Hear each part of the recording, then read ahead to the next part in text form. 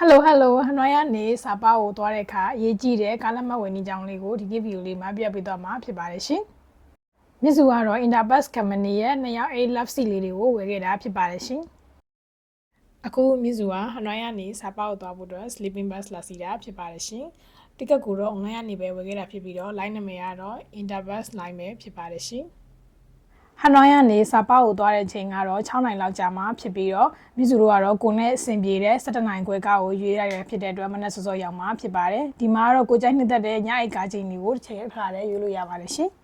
မြစ်စုဒီကားလိုင်းကိုရွေးချယ်ခဲ့တာကတော့သူ့ရဲ့ review တွေကလည်းကောင်းတယ်ပြီးရင်သူ့ရဲ့ဆုံရက်မှာလည်းကြိုတဲ့အချိန်ကလည်းမှန်တယ် foreigner friendly လည်းဖြစ်တယ်ပြီးလို့ရှိရင်2ယောက်ခုံလွှဲမှာတူတူအိတ်လို့လည်းရပါတယ်ရှင်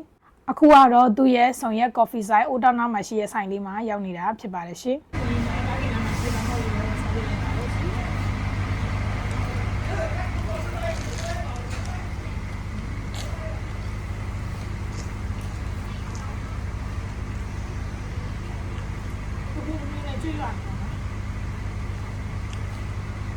ကားရောက်လာပြီဆိုတာနဲ့ပုံမှာပြထားတဲ့အတိုင်းလက်မှတ်လေးတွေထုတ်ပေးပါမယ်ရှင် Sleeping Bus ဖြစ်တဲ့အတွက်ခဏတည်းကတော့ဒီကိစ္စမှာထည့်ပြီးတော့တစ်ခါတည်းပြောရမှာဖြစ်ပါမယ်ရှင်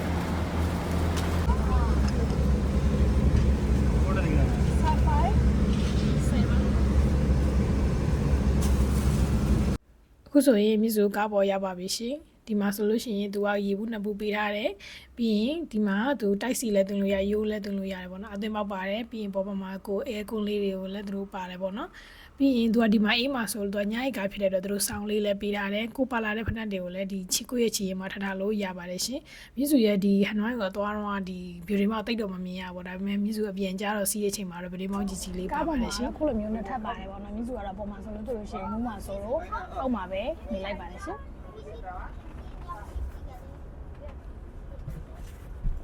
သွားနေတဲ့လမ်းတစ်လျှောက်မှာလည်းပေါ့ပါသွားဖို့အတွက်15မိနစ်ကို2ခါလောက်ရပ်ပေးပြီးတော့ဒီမှာက fast food လေးတော့စားလို့အဆင်ပြေပါတယ်ရှင်။